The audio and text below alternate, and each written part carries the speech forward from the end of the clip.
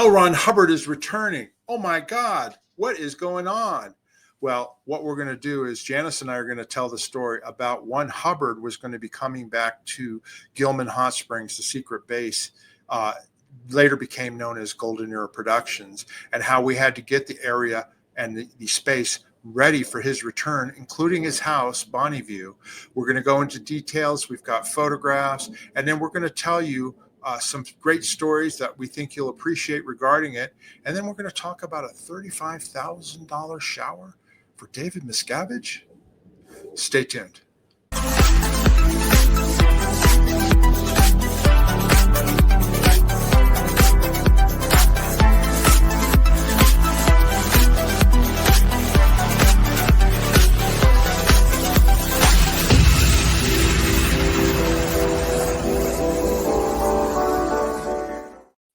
Hello, everybody. Welcome to the channel, Scientology Peeling the Onion.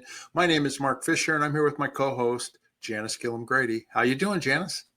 Good, Mark. Good day, everybody, and welcome to Scientology Peeling the Onion. Hey, look at us. We matched. Close. Well, pretty close, but, you know, close enough or whatever. But I just want to mention when we're starting off here, that this is basically our second year anniversary, because we started in the middle of April of 2 years ago, 2023. Wow. And, so since then we've done over 315 shows.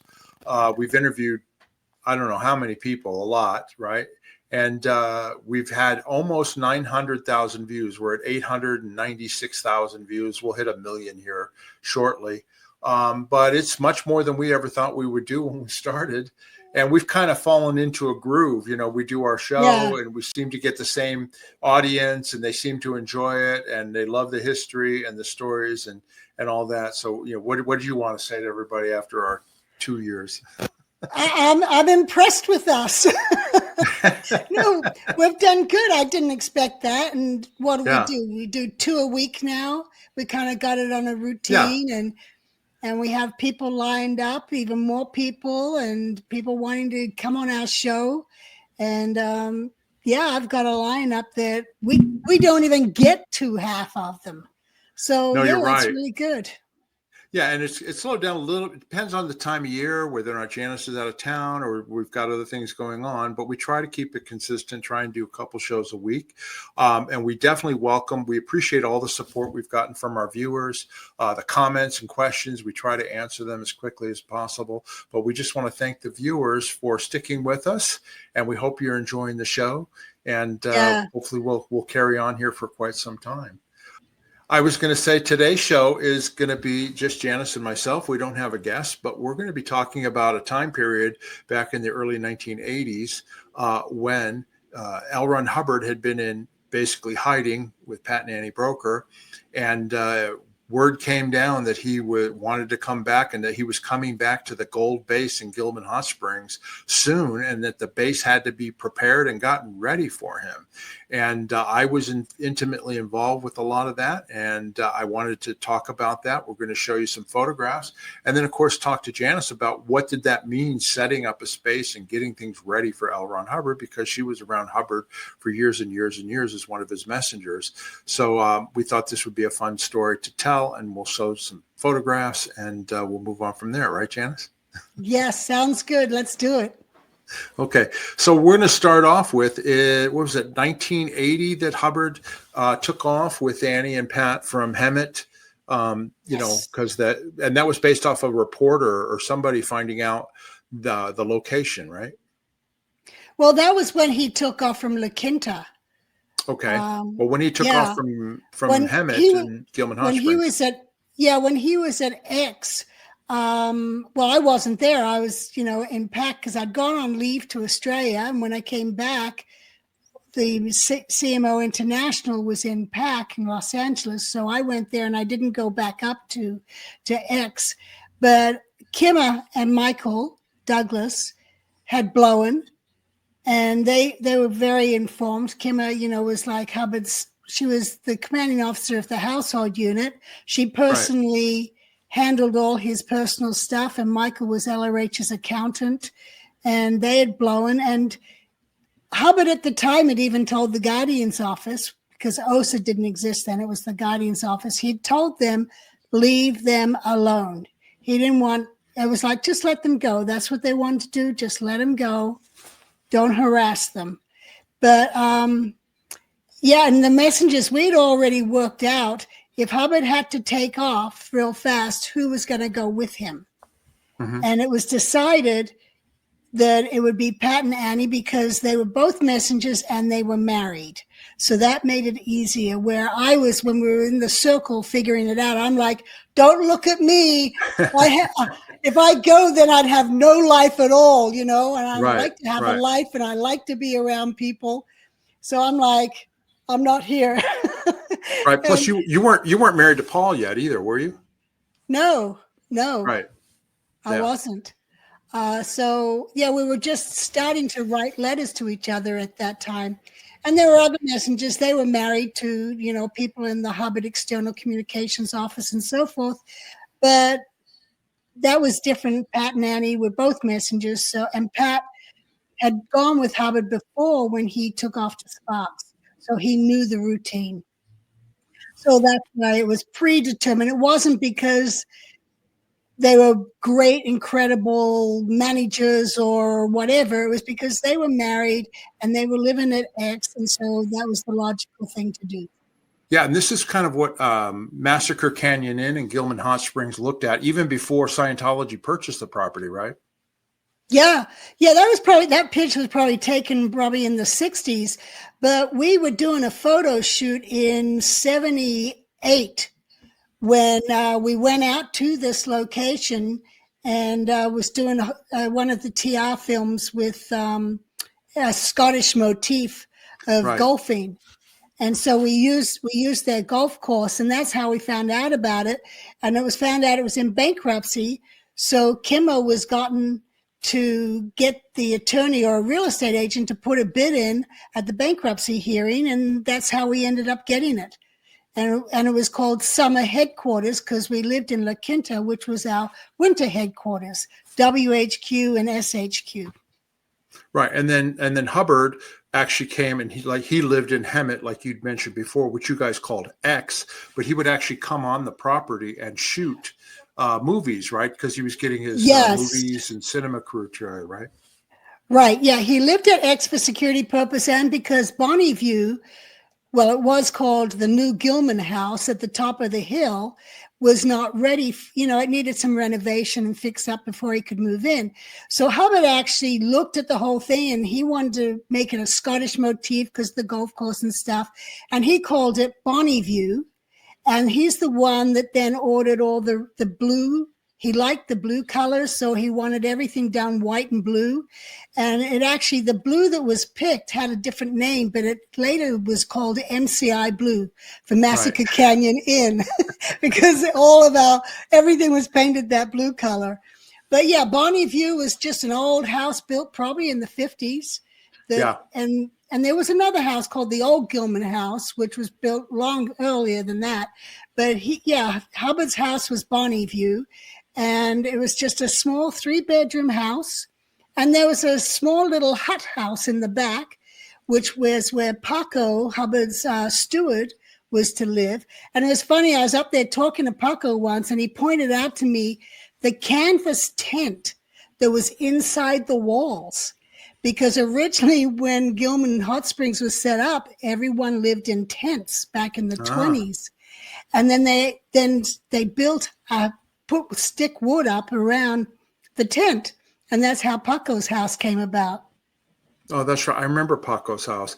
And the thing is that just so everybody knows, like you said, it was just a 1-story house with a living room, dining room, I think 3 bedrooms, not very big. 3 bedrooms, yeah. But it had a great view because you could see it from down below, and because we're right up next to the mountains, and you could see it, and it had a view of the whole valley, and that's why I called it Bonneview, a good view. Right. It was up there. So that was the house that he was going to live in, and they did get it fixed up eventually for him, and we've got a photo to show of him in the house. And they fixed it up so that when we would come from X and go to the base to do the film shooting, he would go there for his dinner or for a snack or a break.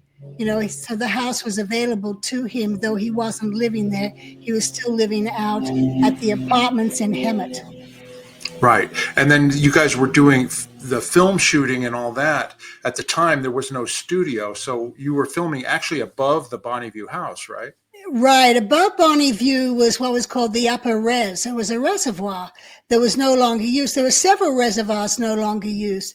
And so this was built in the ground, and you had to go down a ladder to get in there. And it was all set up with the lights, and everything was done.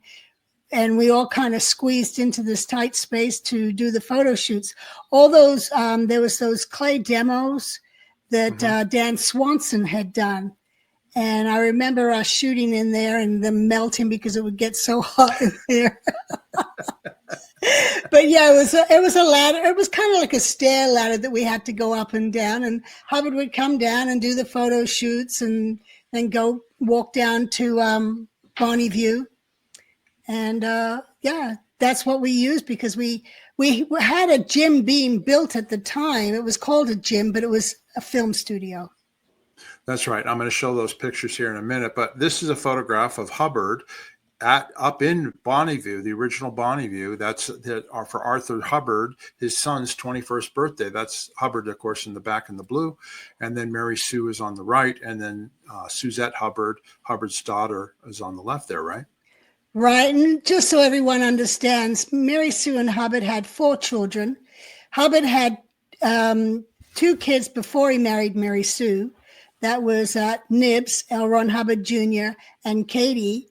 And then when he married Mary Sue, he had Diana, who's still in the Sea Org and Scientology. And then Quentin was the second child, and Quentin died in, when was that? That was 77, 70. Yeah, I think it was 77 that he died. There's many different stories on that. That's not the subject here. And then Suzette there on the left, she was a year older than me. And then Arthur was probably 3 years younger than me. And you forgot one child, Alexis. Oh, and Alexis, yeah, I'm sorry. Is that the one that he said, I never had a child with this woman? Yeah, but that's the one he kidnapped and took to Cuba. That's right. And then later said it wasn't his child, but she has red hair. Yeah. Or did have. She's apparently passed away. But I've anyway. Seen photos of her. She does look, I've seen photos of her. She does look like Hubbard. For sure. Right. Yeah. Anyway, this was Arthur's 21st birthday, and his parents actually gave him this great looking Jeep. And he was lucky it had roll bars on it because he rolled it. And but I always, every time I'd look at it, I'd say, lucky there's roll bars on it. That's right. Anyway, well, that was like, those are photographs basically that we have of Hubbard up in Bonneview. And this is before he had to take off and hightail it because of Kim and Mike leaving. But also, was there other reasons? Like, were they afraid of raids or something from the FBI? There was, and that is actually the Guardian's office at the time. That's why they said this Commodore's Messenger Org needs to leave the Gold Base and go down to Los Angeles to do the management from there, to put a separation between the Gold Base. And there was a lot of legal stirrings, Larry Wallersheim, Christopherson case and all that kind of stuff. So it was to keep Hubbard out of the picture with him in X, and then the messengers moved down a pack, and then it wasn't calming down, and Hubbard takes off just to be away from everything and go into seclusion with Pat and Annie. Yeah, and he was gone for quite some time. I mean, it was at least a couple of years, you know what I mean, before. And am I not mistaken? Like, he was basically out of communication. I mean, there was no direction or anything during that time period, was there? Yeah, no, there was no direction. When he left, the buy now was in place, where every month the prices went up. And the Regis used that to get people to buy now. And people were getting beefed up, the public were, because of these prices constantly going up. And Hubbard put it in saying we were way behind on what the prices should be for services in comparison to what pay people's salary is. and their earnings. So that's why he put that in. But no one could communicate with him to say, hey, when do we stop this? And in fact, Dee Dee Riesdorf was the commanding officer of the CMO, and Mary Sue is like, hey, we've got issues brewing, that can get very dangerous if we don't do something about this by now. And Mary Sue said, what? We need to put an end to it. And we all agreed in management because it was rough to try and manage with this by now. So that was gotten rid of. And shortly after, Hubbard came back on the lines. No one knew when he would come back on the lines. No one knew what he was doing, except for we'd get the Way to Happiness booklet, and the public relations people would have to get that released. And then we got Battlefield Earth and Mission Earth. And so we found out, okay, he was working on these sci-fi books. But and we were off doing our own thing on management, and management was doing well. Stats were in an affluence. Absolutely. Yeah. But when Hubbard got back on the lines and found out Dee Dee had stopped the buy now, he got really upset, and Dee Dee ended up getting removed. And Gail was promoted to the commanding officer, and Miscavige was promoted to, he was the chief officer at the time, and he got promoted to special project ops. Right. And he was moved out from under the command of the Commodore's Messenger Org and was to report directly to Pat Broker, his best friend. Right. Let me interrupt you and ask you a question. Okay. So that was all engineered because that was the communication line from Hubbard was Pat Broker coming back to the base at some point. Right. And I have a question for you. Do you remember, because it was a big event that all of a sudden we've got communication from Hubbard. I wasn't there at that time. I was in Clearwater. But I mean, all of a sudden, there were a lot of changes that we're going to talk about at the base. And it was like, he's coming back and yada, yada, yada, right? Do you remember? Yeah, that's when we were writing reports up to him and so forth. And we thought they were pretty good. And then after he removed Dee Dee and put Gail on as commanding officer and DM on special project ops, DM fully took control of that communications lines with Pat. Before that, it used to be Dee Dee doing it, and Pat would want to stay up for hours talking, and it'd be nighttime. And so DM was taken along kind of just to have a male person along so that there wasn't one or two females in the middle of the night down in Vegas or wherever the meetings were happening. And anyway, so Dee Dee gets removed, Gail gets taken over, and she was only on, I think, for 3 months or something. And Hubbard wanted reports at that point on what's going on with every sector of Scientology. So everyone sits down and starts doing reports, and DM's just as involved in these reports as Gail is. And then the next thing you know, Gail's being busted for false reporting, trying to make it look like it was better than it really was, when really it wasn't that bad, No, it wasn't. I mean, it was expanding. And I was in Clearwater in management at the time, and we had gotten every org in the world with a current present time evaluation, and that had never been done, and stats were going up and up and up. But of course, then it was reported to Hubbard, oh, well, they're false, you know what I mean? And they were this. Somehow he got the idea that these are false and you need to kill everybody basically down there on the management lines. And that's when, you wonder what the hell is being reported to him by Miscavige, because everybody else's reports seem to be false. Yeah. And that they're all lying, but Miscavige is the only one telling the truth and saying how these people are all liars. But he was right involved with everybody else. He was watchdog committee for the Sea Org at that time. So, he was just, whether they're false or not, he was right in there with everybody. And then, so what happens next is Gail's removed and Lois is removed. And it was found out that the Riesdorf's parents had been brought up to the base, so nepotism, and the parents were ordered off the base, and Dee Dee and Gail and Lois with their husbands were now being ordered to the Flag Land Base as swampers. And the husbands had all just been working in external comm. They had no responsibility for the international management. I was in Clearwater. They were all made maids. They were maids in the Fort Harrison for a while, and then eventually I think they went to the RPF. I'm not sure, but they were maids. No, they left. They left. They were fed up with the BS going on, and there was that you hear they were taken from like lieutenant in rank all the way down to swamper, never to be an exec again. I mean, what kind of life is that? And then there's nothing wrong with being a cleaner and cleaning rooms, but there is something wrong with how you're dealt with, and the accusations going on. That's what's wrong about what was going on. So and that's Miscavige's modus operandi. I mean, you take somebody in a high position and squash them down to the ground. You know what I mean? That's been his modus operandi all the way through to current times. Right, and it was all done in violation of Hubbard's own technology on look, don't listen, because he listened to DM on all those reports that got those key people removed and their husbands who had nothing to do with it, all sent down to the Flag Land base into estates.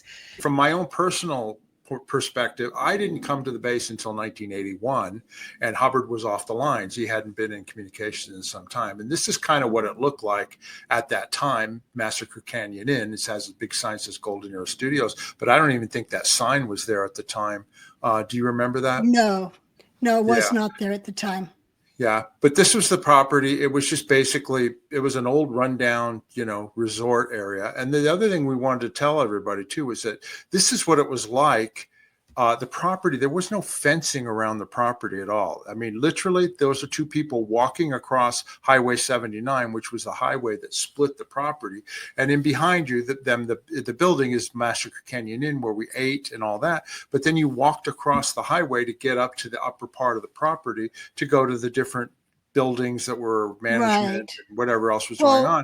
And it was just a very open property at that time, right, Janis? Well, the whole atmosphere was very open, and even all the driveways in with the palm trees lining the driveways, there was no gates or anything like that. But now they have, where those ladies are standing, they now have that big hole, that big tunnel that goes under the road. So people go under because you can't cross it because of all the fencing that they've put up. And now it's all covered with bushes, so you can't even see behind the bushes. Right. So then what happened, because Hubbard's coming back, they had to get in security, and basically they started a security force, and we needed to do renovations because we need to get all these spaces ready. So Saturday was considered what we called Renovations Day or Renos Day. And I think it was ordered by Hubbard, right? That all base staff were to do renovations on Saturday, one day a week. Yeah, it was ordered by Hubbard, and and everybody did that. And the first project, what was that? We loved it. Actually, it was a nice day out in the sun. Yeah. Yeah, it was.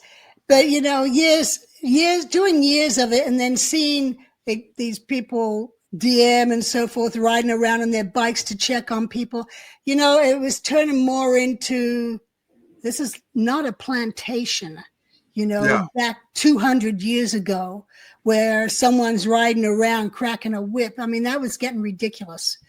But that's what was happening. But here's what the idea was. There was no outside contractors. I mean, basically, the staff that were there at the property at that point in time, it had to be 200, maybe 300 people. It wasn't as big as it later became. Yeah. But that was how renovations and how things got done to get things ready for Hubbard. Now, So they had to do that. Now, one of the first projects had started before I got back there in the fall of 1982. Actually, in the summer of 82, in July of 82, I came and I was on renovations and all that. But the first thing that was done was the Star of California, which was the swimming pool area, and Bonneview was being worked on because they needed to get the house ready for Hubbard, and the pool area was going to be set up for Hubbard, right? The swimming pool. Exactly. Up until that point, the crew had full use of the swimming pool. And then Hubbard decided the pool was going to become his space. And so renovations started on the pool and Bonneview so that his spaces were ready for him to come back. And the idea was just to fix up the house, not to tear it down and do some elaborate mansion or something. and just to fix up the pool area and turn it into where there's a lounge and a kitchen so that he could entertain there. And we used to use the swimming pool, the crew did. Yeah. And then that stop was put to it because it was now an LRH space. And I'm like, well, wait a minute. We're building a pool up at Bonnie View for him. Why would he need a pool down here when let the crew have it? Right. Because when they did the renovations, when they were doing the renovations of Bonneview, it was decided to put in a separate pool for Hubbard, like his own little pool with a little pool house. But it wasn't this big elaborate pool. It was just going to be a swimming pool. And they actually did put that in, and they put in a Japanese garden behind the house. And it was really, really beautiful. But it was very simple. It was very simple. And like you said, then this big pool all of a sudden became an L. Ron Hubbard space, so the crew couldn't use it any longer. Right. But I even asked, I said, if he's got a pool up at Bonnie View, why can't the crew use this pool like they always have? And well, it's his order that it's his space now. And I'm like, has anyone told him there's a pool up at Bonnie View? Oh, no, that's a secret. So it's a surprise. It was a surprise for when he showed up, he'd see he has a pool. Meanwhile, 200, 300 crew are being denied using the swimming pool. Okay, now let's talk about the pool. Okay, now was Barry Stein was a musician in Gold, and he was also an architectural designer, and he later designed a lot of L. Ron Hubbard spaces, the interior decor and all that. Was he the one who designed the pool? I mean, you told me Hubbard had something to do with it too, right? Because I'm going to show those pictures in a minute. Yeah, the plans were being sent up to Hubbard and that type of thing. I'm not sure if it was Barry who did that designs, but yeah, he was a musician and later he was a designer, and then they RPF'd him for having an affair, and he wasn't married to anyone. And then that's when Hubbard said, what's he doing in the RPF? Reprieve him. And so he got reprieved, and then he went full time on the designs. Yeah, you're going to see a lot of spaces, and he designed almost all of them, and you know they're really nice. But anyway, and they were done on a budget. I mean, we're not talking about like top end materials or anything like that. But let me just show you. Okay, so this was the swimming pool area here. It became the Star of California, and that's the swimming pool there. But what Hubbard came up with the idea of making the space up above, like the deck and like the place where he could relax and eat and that type of thing, to look like a clipper ship that was docked next to the swimming pool, right? Yes, that's right. And even the crew used to have parties there and weddings out on the deck there. I got married there. Did you? Okay. Yeah. But when they did this, okay, I want to just tell people how they did it. I mean, basically it was all mostly RPF and just crew. Well, we didn't have RPF. It was just the crew and then the estates people that were doing this stuff. Well, but then they got the people who were in trouble also, because I was in trouble. So I worked on the pathway with Paul, and then Jackson, and then Shelley Miscavige got in trouble, and she joined Paul and I, and yeah. No, exactly. But anyway, what I want to say is, so you can see the idea was that that's a clipper ship, the deck, and then the swimming pool is off to the side. It was kind of a funky little, I mean, if you're driving down the highway and you don't know what the heck is that, you go, what are these masts? And they're real ship's masts. They went to a mast builder or whatever and built the ship's mast and rigging. They bought this old lifeboat and put it up there. They put the bowsprit up the front, and then the front part of where the bowsprit of the ship, there's like a stage, so you could have, like you said, events, weddings, things like that. And that was it. And then that whole space became known as, it was Hubbard space. So all that building area and all that was like, there was a lounge in there with a bar, and food would be served there. And years later, it would be used to entertain people like Tom Cruise and all that. And then it was also used as a public relations place for the port captain to let locals from Hemet come in and do a tour on Sundays of the Star of California and the studio, sort of to create goodwill, which backfired quite a bit. But anyway, that was the idea, and that's what happened to the swimming pool that was done. But Hubbard he may have seen photographs of it, but he never used it because he never came back to be able to enjoy it. And the only time the crew got to use that was for Sea Org Day. Right. And in order to, we knew the competition was going to be heavy duty against ASI, Author Services. So myself, Jenny Reitman. Yeah. And Clark Mortensen and David Bogart. We paid to go to the country club down the road, and we would go down there and swim and train. And every day we would go down there and train so that we were ready for Sea Org Day. Yeah. Whereas, like, we could have just walked 50 yards to go in that pool. No, we had to go down the country club and pay. Yeah. Well, anyway, so after the pool area was finished, the concentration was on Bonneview to get it ready for Hubbard, which they did. To do the swimming pool area, which they did, and then he wanted they needed to do audio buildings and audio lines because he had music he wanted to record with the Gold musicians, and then also he wanted to record lectures and voiceovers. So the next step was to build this studio called the 12 mic battery.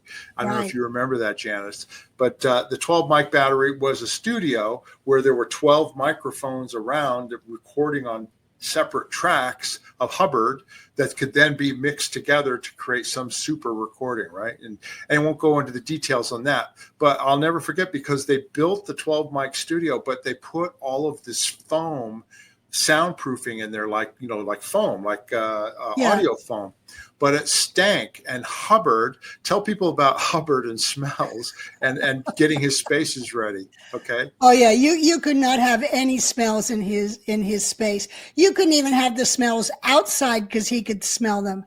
Even tar or something, on a lamppost outside because it was wooden, so the termites wouldn't eat it. He would smell that. And he would accuse people of putting rose perfume in his shirts. And we would go through days and days and days of rinsing them. And you could only use a certain soap because otherwise the smell would stay in. It was overboard. Yeah, and the contrary fact is that he was living in a Bluebird motorhome, you know what I mean? Probably getting his clothes barely washed and living in the dirty, like stables area. That didn't seem to bother him, And that's how it was every time he left. And he was there on a short term with a few crew or staff with him. There was no issues. But as soon as he was back around more people and more help and so forth, it was an issue. Yeah. Well, anyway, so this 12 mic battery had all this foam in it, and they were trying to come up with some solution to it. So they brought all the foam out, and they had it in the sun trying to dry and get rid of it, and it never got rid of. And we ended up having to figure out another solution, which was this baffling made with this material that basically didn't have any fragrance, but that still was soundproof. And that was the eventual handling for that. But anyway, that's how crazy it was getting that ready. The next thing, though, was to get all of he had offices all over the the Gilman Hot Springs property. He had a main office up in the upper villa. Then he had an office down where the movie studio was that was built down by Massacre Canyon Inn, like a cine studio. And then in the audio spaces, he was supposed to have an office. And then those are the three that I remember. There may have been a couple other. I think those were the main ones. Yeah. But they all had their own individual designs, and he had other spaces up in the upper villa that were his that had to be designed and all that. I took that. At that point, I was working for Miscavige, and I was overseeing a lot of the stuff being done at Gold. And so after the 12 mic battery, so then I had to run a project, and the next thing was they were going to build a music studio, like a state-of-the-art music studio, right? And it got started with the estates crew and that type of thing, and there were some contractors that were used for some of it, but it was under a guy named Steve Willett was the person in charge of building the studio. And then also I had got a project fired out to basically oversee getting all of Hubbard's spaces set up, okay? And the two people that were put on that project were these two people here. And the first one on the left there hugging the bride, you can see her face there in the middle with brown hair, is a woman named Janet Swanson. And then over on the right, in the middle there, that's Andre Tabayoyan, who we've talked about before because he was on the Apollo, and he's a good friend of Janis's, and taught him basketball and judo and all this other stuff. But anyway, so it was Janet Air. He was also trained Commodore's steward. That's right. He was L. Ron Hubbard's steward as well. That's correct. Right. Yeah. But anyway, Janet Air, I'm going to have you tell people who Janitor was and all that. But she was a Commodore's messenger. And then Andre, he was in the States. But like you said, he had been one of Hubbard's stewards. So, and he was also very good at overseeing projects for buildings and estates and renovations. Anyway, so tell everybody about Janet Air Swanson. Well, Janet Air, she did. She joined the CMO, the Commodore's messenger, and became a messenger. She used to stand watches. She was a messenger in training. In La Quinta? When we were in La Quinta at WHQ, Winter Headquarters. And so when we moved over to Gilman, SHQ, and we'd go out to X. She went out there as a messenger in training. So did you recruit her? Did you recruit her like when you were getting other people up to La Quinta? You know how you were getting auditors? I don't think she would. I don't think so. Okay. I don't remember everyone I got, but okay. I'm not sure. Anyway, she took on the job within the Commodore's messenger org of becoming the ethics officer. And she would then, in her ethics handlings of people, she would have people sit down and write their overts and withholds, and then address those with them. And then she was put on a project, an ethics project, of getting everyone through the ethics program, which was the program she came up with on anyone going into ethics having to write up all their OWs and all their withholds. And then a meter check was added to that.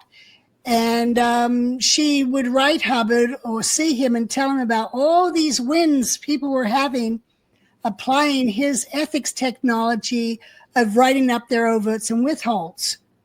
And so that became a pretty standard thing of people having to do that all the time. And then she slowly moved up the messenger org board and became the HCO chief over personnel and ethics. And they needed someone to work on training the new messengers coming in, so that had to be trained for Hubbard's return. And all of the older messengers, the senior messengers, we were already, I think I was the only one left because Dee Dee and Gail and Lois had all been sent off to flag.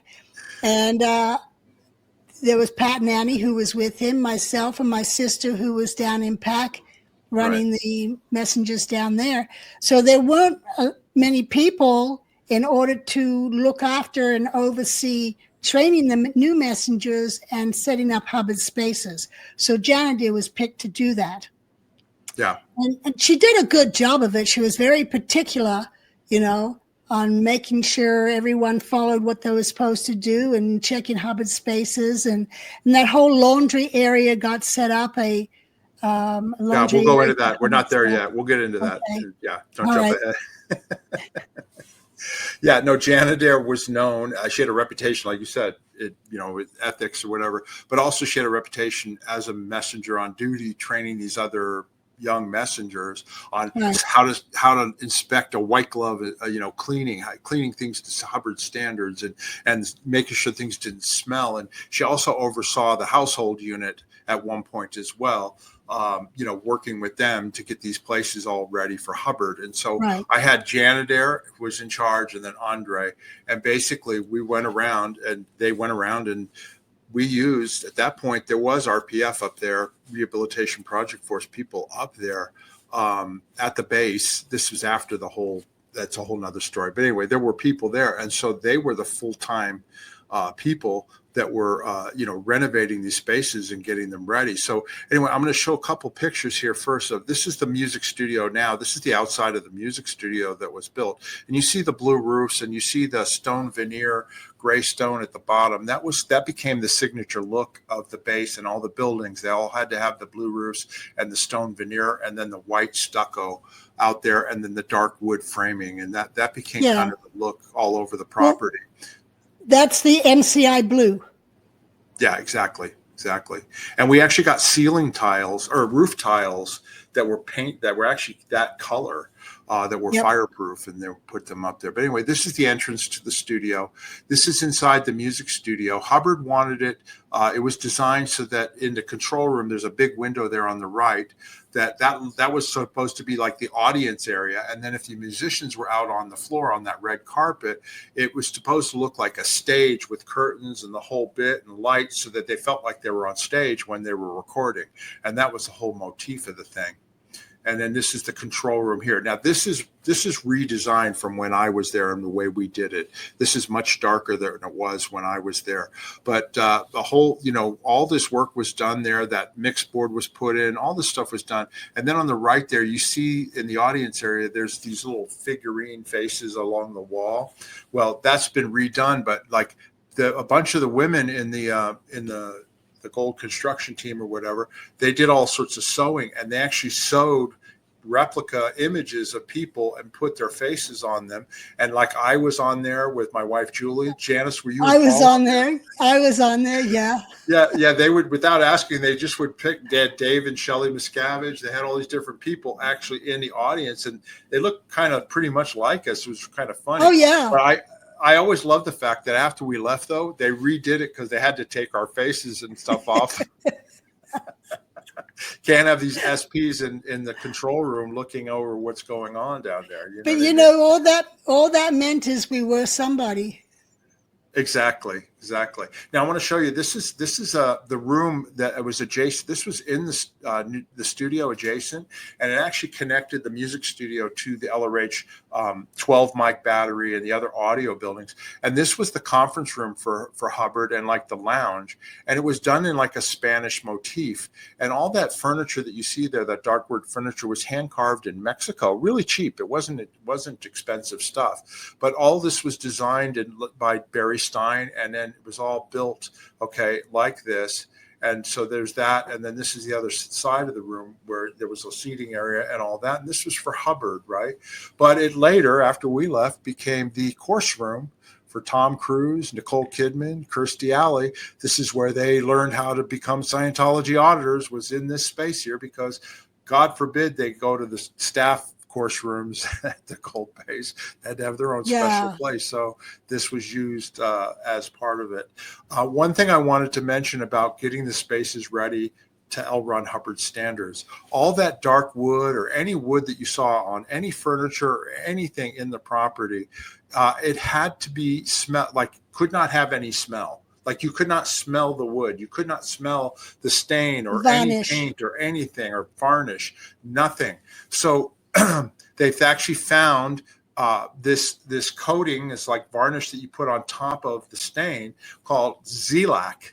Okay. And anybody who used to be at the gold base who had to work with furniture, they know about Zelac. Okay. Because it was clear, it was kind of cloudy clear, and you put it over it. And then after it dried, there would be no smell. You couldn't smell the stuff. It sealed it in. Yeah. But it didn't leave a really nice finish. It was not really a nice finish, coating or varnish or whatever. But so we had Zelac tents in the garage because all the furniture, any wood had to be Zelaced and then dried out before it could be put in. But that's the degree of detail that had to be done, because God forbid L. Ron Hubbard smell something in one of these spaces. That's right. Anyway, I just wanted to mention that as far as that goes. Okay. Then the other thing that we did too was, we didn't just concentrate on the LRA spaces. Eventually, we did the crew spaces, like the Massacre Canyon Inn, the dining room area. This is what it looked like when they first took over, the property. And when I first got there, it looked something like this. Well, that was the messenger's dining room, that section. Yeah. Yeah, and then this is what it eventually looked like, and I'll never forget, Janis, because when this was being done, I mean, literally, they did a state of the art kitchen. I mean, like with with cafeteria style cooking, ovens and pots and the whole bit. It was really first class the way it was done.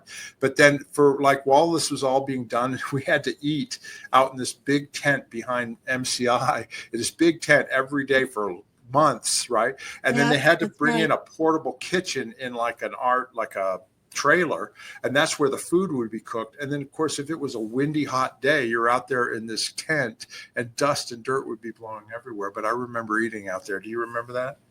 Yeah, I remember eating out there, but I didn't get to eat out there very often because I got in too much trouble that I had to go to the back door of the galley to get food. Right, exactly. But anyway, I mouthed off too much. Yeah.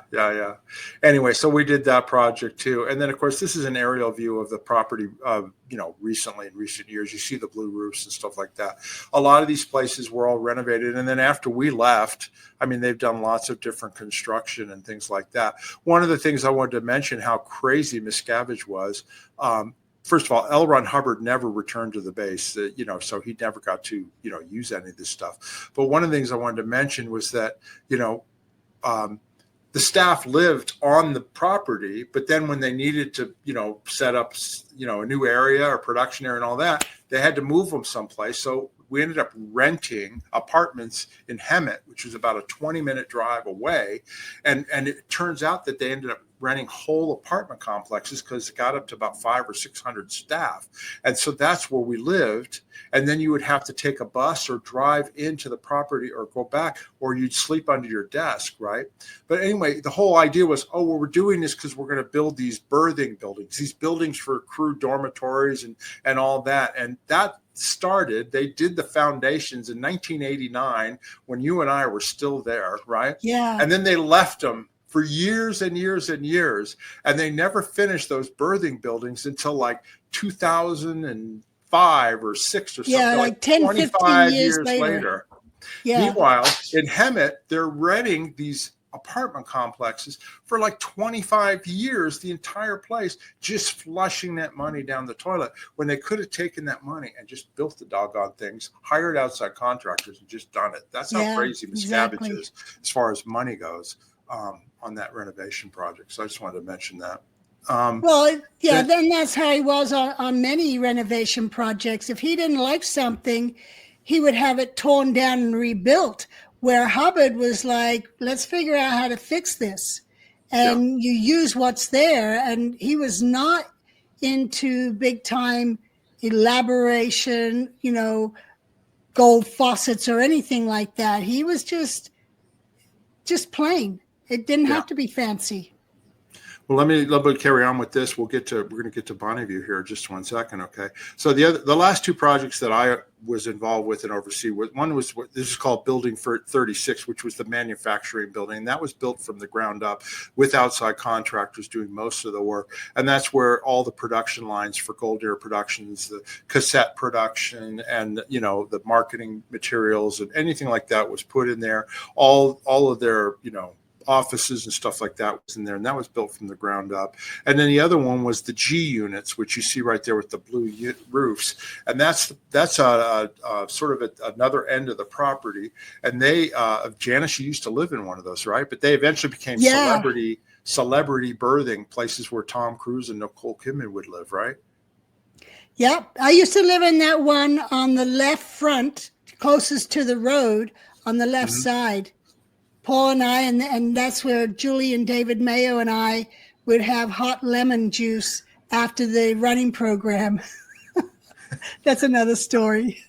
Yeah, and they didn't look like this, trust me. I mean, they looked like, little cottages and stuff, and then it was just desert because the golf course had been had been left to go to weeds. And so it didn't look like this, but this was the last thing that I worked on before we left in 1990. Yeah, and there was no tennis court. No, there was no tennis court, but we were getting it ready for Tom and Nicole, who were going to be coming. And there was a big flood, which we've told the story about that and all that. But anyway, these were the G units that were done. But that you can see that fence in front of the G's, that fence, when I was there during the flood, that's where all the dirt came across the road. And there was so much dirt and water that it wiped out that whole fence and moved it. Mm-hmm. And totally moved it. There was no fence anymore. Yeah, everything was mud. And then while we were there, they started putting up the exterior fencing, like you said. But I don't remember razor wire on it at the time. I think that was added after we left. What do you think, Janis? Yeah, I remember hearing that there was wires going up there to stop people from trying to climb over, because Pat Broker had done that one drill where they said that intruder on the property, and everyone had to go to MCI and just... Yeah, there were private investigators who did it, yeah. Yeah, Pat was testing the base security and had private investigators climb over the fence, and it triggered off alarms and so forth, and it kept us all locked down for hours down at MCI. Yeah, but these fences were set up with motion detectors so that security could tell if somebody was at a certain section of the fence. Then they added this razor wire, and there also were cameras and stuff that were later added as well. But, it was originally, the idea was to put a fence around there because Hubbard was going to be coming back. But then when he died in 1986, that wasn't the case anymore. But then, of course, they were like, this is a way to keep the staff from blowing and keep people inside. And, of course, they would say, well, the reason we put the fence up is because we had millions of dollars worth of equipment. We didn't want it stolen. But that was kind of ridiculous, Right. Well, and the interesting thing is, Hubbard originally, like you look at St. Hill, he always walked around St. Hill, mingled with people. On the ship, he was around the crew, went wherever he wanted. And then, it was once we came to the U.S., there was the concern of the lawsuits. But we had people as security. We didn't have fences fencing everybody in. And even when we bought Gilman Hot Springs, it was left open, and then as security increased, the whole thing just kind of kept everybody in rather than the freedoms that we used to have. They were gone. Right. But then, like when I left, when I blew a few times in 1990, the summer of 1990, I just walked right down the street to the OGH house or to whatever. I just there was no stopping. There were no fence really to stop it. There was a fence to a point, on the interior, but you could get through it very easily because all you do is open it up and go out. You know what I mean? But that was what it was like then. Okay, I wanted to get back now to Bonneview, which was the L. Ron Hubbard house. Okay, and that we mentioned before. This is a photograph of Hubbard, Mary Sue, Suzette, and Arthur in the house before he took off. Right. Anyway, Bonneview, as part of the renovations that we were doing for his return, was getting Bonneview ready, and it was discovered that there was mold and mildew in the walls, which is not an uncommon thing to happen in an old house, right? So the idea was, well, what do? We tear it down and rebuild the house? And the idea, and it was decided, well, no, Hubbard likes the house, and we don't want to, let him know, because he was not in communication at the time. We don't want to tear it down and have him be upset about, what happened to Bonneview, right? So anyway, so instead, what they ended up doing was they actually jacked the house up off its foundation, okay? And then they removed the old foundation, which had been leaking into the house, and poured a whole new concrete foundation, and then put a moisture barrier between the foundation and the actual, wood. They replaced any mildewed wood underneath, but basically they just were restoring the house that was there, put it back down on its foundation, and then redid the interior so that it didn't have the mildew, but they kept it the same design for Hubbard, right? So that's what was done. And in the meantime, they also then built this huge laundry building right next door, which was almost like a commercial laundry. It had a dry cleaning machine, it had big washing machines and ironing presses and all that stuff. That was built. And then also a garage was built up there to house Hubbard's vehicles. And that was what was done up there, right? And the swimming pool stayed, and the backyard, Japanese garden, that all stayed. And that was basically where Hubbard was going to live, and it wasn't any big elaborate thing or anything like that was done. Go ahead, Jack. Right. And let me remind everyone, when he lived at Rifle, it was just a regular house, with an office for him and Mary Sue and Nikki, and then he and Mary Sue had their own bedrooms. It was just a house. And then when he lived in Hemet, he had a 1-bedroom apartment, and messengers would come in and out with traffic and so forth. And, other people lived in apartments. And then when he left, he was living in an RV. He wasn't into, once he left St. Hill Manor, he never had a grand house like that again. Right. And he on the ship, he had an office and he had a lounge, which was a dining room and a cabin. It was a big cabin, but the size of 4 cabins, but it was a rundown cabin. It wasn't extravagant. Yeah, it wasn't. It was not extravagant. And then even the property where he died in Creston, California, it was a ranch that they bought, right? But he couldn't live in the house because it had to be renovated and redone. So like you said, he lived in an RV over by the stables until the day he died. And that's where he was. And nobody knew that location until he died. And he went out there, Sorry. Right. But anyway, but that then sets up the next thing, which is like Hubbard dies, we leave.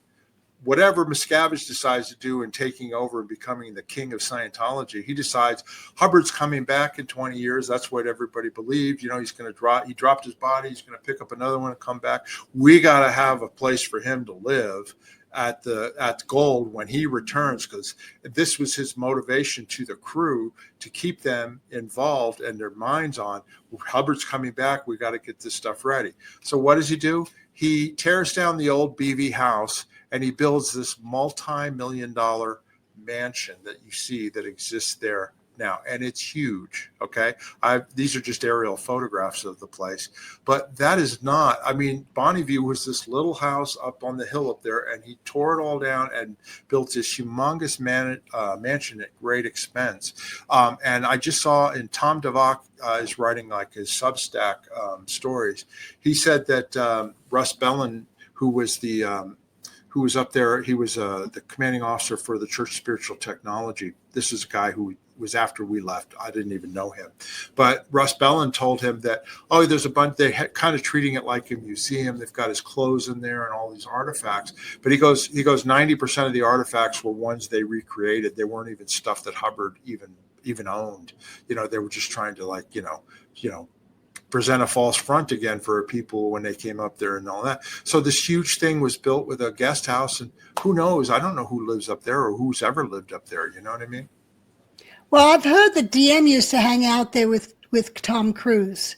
Yeah. That's all I've heard about it. But what you got to really think of though is, where did the money come from to build a mansion like this that's not even needed? And how many times was something built wrong that DM felt wasn't right, like he did with Building 50, and waste millions to make it exactly. young. Let me ask you this though, okay? And I'm not defending Hubbard, but if Hubbard came back and he saw that house, like if when we found the mildew in Bonneview and we tore it down and built a much bigger house, would he have been happy when he came back and saw the thing, Janis? No, he would have killed that. He would have put everybody in the RPF and got rid of them. Yeah, if he had a grave, he would be spinning in it to see the financial irregularities, and that's what he would consider it. The amount of money that they have spent on renovations. To him, it's like, wait a minute, money is where's the staff pay? Where's the promo? All that kind of stuff. Where's the delivery? How come? Where's the auditors? And the delivery. Yeah. And his whole thing was just have a clean space for people. You don't have to make it elaborate. Just keep it clean. Exactly. Which brings me to my last point, which is that David Miscavige, okay, this is the leader of Scientology who took over, right? You talk about extravagance. Tom DeVock in his Substack, you should read it, right? He was responsible, Tom DeVock, in Clearwater in 2000, renovating apartment suite for David Miscavige and his wife Shelley at the Hacienda Gardens Apartments, and they built this, separate bedrooms and a living room and dining room, kitchen, the whole bit, just for Miscavige and his wife and for his entourage or whatever. They did this whole thing, right? But Miscavige didn't like the bathroom, so he had had this dream, and he tells Shelley that he'd like to have a shower that's like a waterfall, not like a rain, the rain shower head. He wants one where you actually go in there and it's like you're taking a shower in a waterfall. There's so much water coming down, right?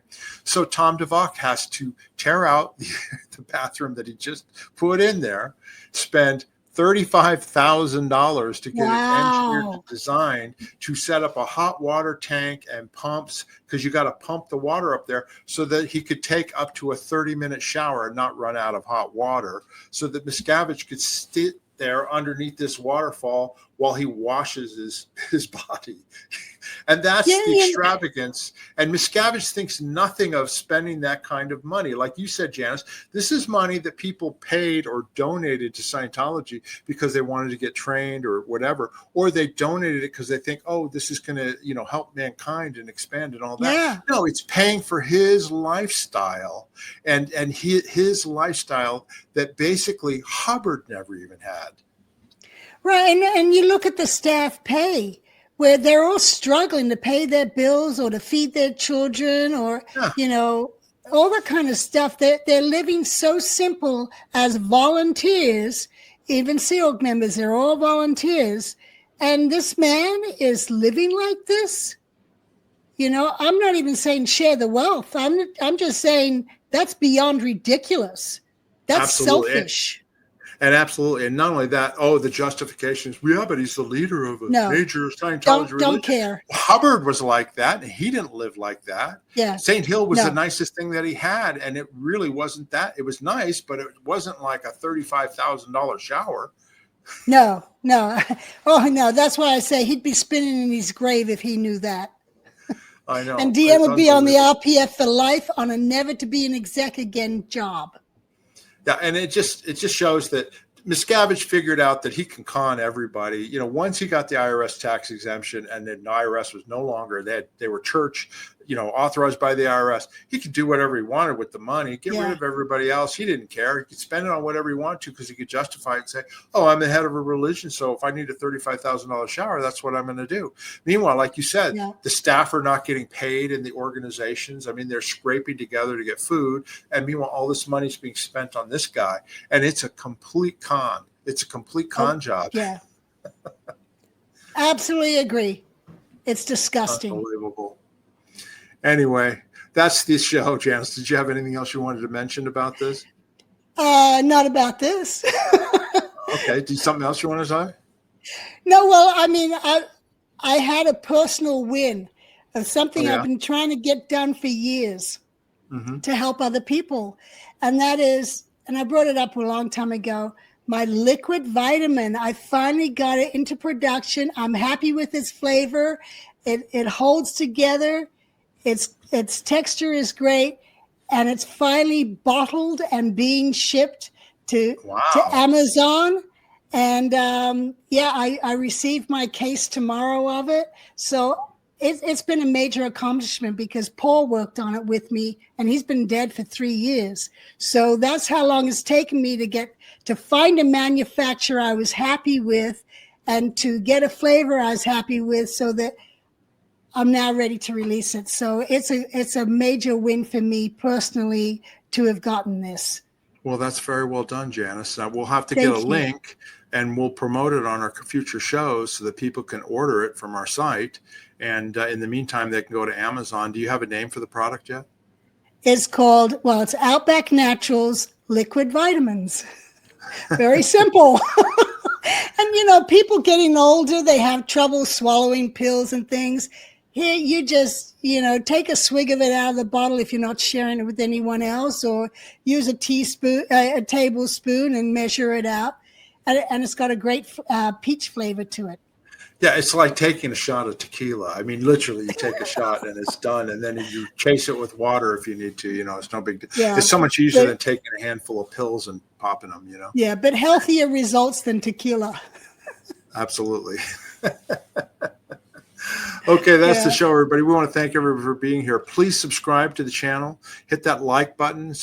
Rock slam it, as Janis likes to say. Rock slam. And then, of course, go down in the questions or comments. Anything that we've talked about, go down below. We'll read them and we'll go through them. If you have any suggestions for the channel, please go down there. We appreciate it. If you want to support the channel, you can buy us a coffee. There's a link down there. We appreciate any financial support anybody wants to send our way. It helps us keep the show going. It's been 2 years, and hopefully we'll be going on for many, many more, as long as Janis and I can keep it together in our old age. Well, and as long as our audience keeps appreciating us. We got so many more stories. And people that want to tell their stories. So that's the important thing, is we want to shine a light on this stuff. Anyway. Exactly. Great. Anything else, Janis? Nope. I just hope everyone has a good day. And when my liquid vitamin hits the stands, please buy it. You got it, Janis. Until next time, everybody. Bye-bye. Bye.